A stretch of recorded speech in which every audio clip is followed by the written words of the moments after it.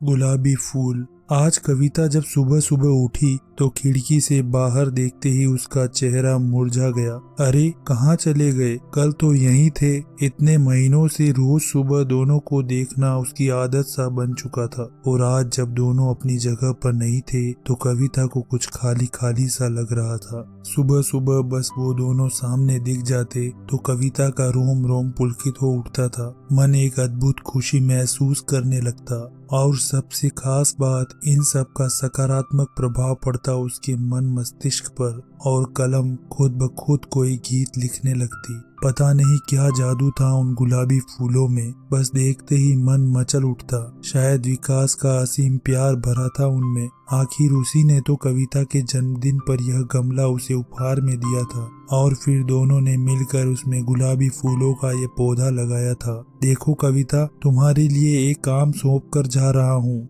कल ही मुझे कंपनी के एक प्रोजेक्ट के लिए दुबई निकलना पड़ रहा है। बस 6 महीने की ही तो बात है, फिर आते ही झट मंगनी और पट ब्याह। बस तब तक मेरी यादों को इस पौधे में संजोती रहना। विकास को कविता को बातों में उलझाना बड़े अच्छे से आता था। विकास बेशक चला गया था, लेकिन कविता हर रोज बड़े अरमानों से उस पौधे को सींचती रही। कविता की खुशी का उस वक्त ठिकाना नहीं था जब वह एक रोज सुबह उठी और उसने पौधे पर 2 कलियां खिली हुई देखी। दोनों कलियां बिल्कुल एक दूसरे से जुड़ी हुई थी। कविता और विकास की तरह कविता रोज उन फूलों को निहारती रहती और विकास को याद करती। कविता की रोज विकास से फोन पर बात होती थी। भला 2 साल से चल रहा प्रेम दूरियों से कैसे कम हो सकता था? इसी प्रेम की शक्ति ने तो उसे क्या से क्या बना दिया था। कभी किसी को चिट्ठी पत्री में 2 अक्षर न लिखने वाली कविता की कलम आज अनवरत चलने लगी थी। अपने जज्बातों को स्याही में भिगोकर क्या क्या न लिख डाला था उसने।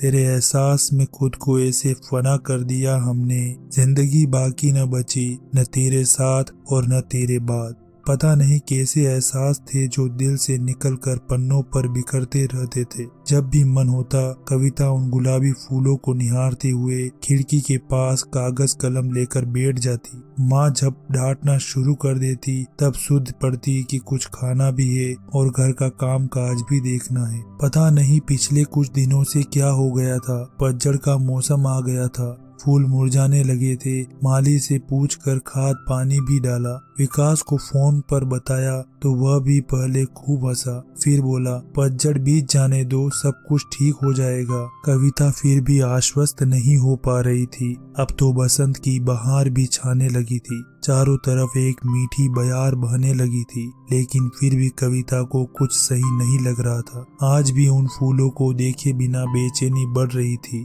कविता कागज कलम फेंक कर बाहर आ गई थी और गमले के आसपास ही चहलकदमी करने लगी। कुछ समझ नहीं आ रहा था कि क्या हो रहा है। इसी सोच में उसे यह भी ध्यान नहीं रहा कि काफी देर से बाहर की घंटी बज रही है। कविता, कहाँ खोई हुई हो? दरवाजे पर कब से घंटी बज रही है? ध्यान कहाँ है? माँ ने दरवाजे की ओर जाते हुए कहा। इससे पहले कि कविता संभल पाती, दरवाजे पर विकास खड़ा था, मुस्कुराते हुए, हाथों में गुलाबी फूल लिए। आपको ये कहानी कैसी लगी? वीडियो को लाइक और शेयर करें, और इसी तरह की कहानियों के लिए हमारे चैनल को जरूर सब्सक्राइब करें।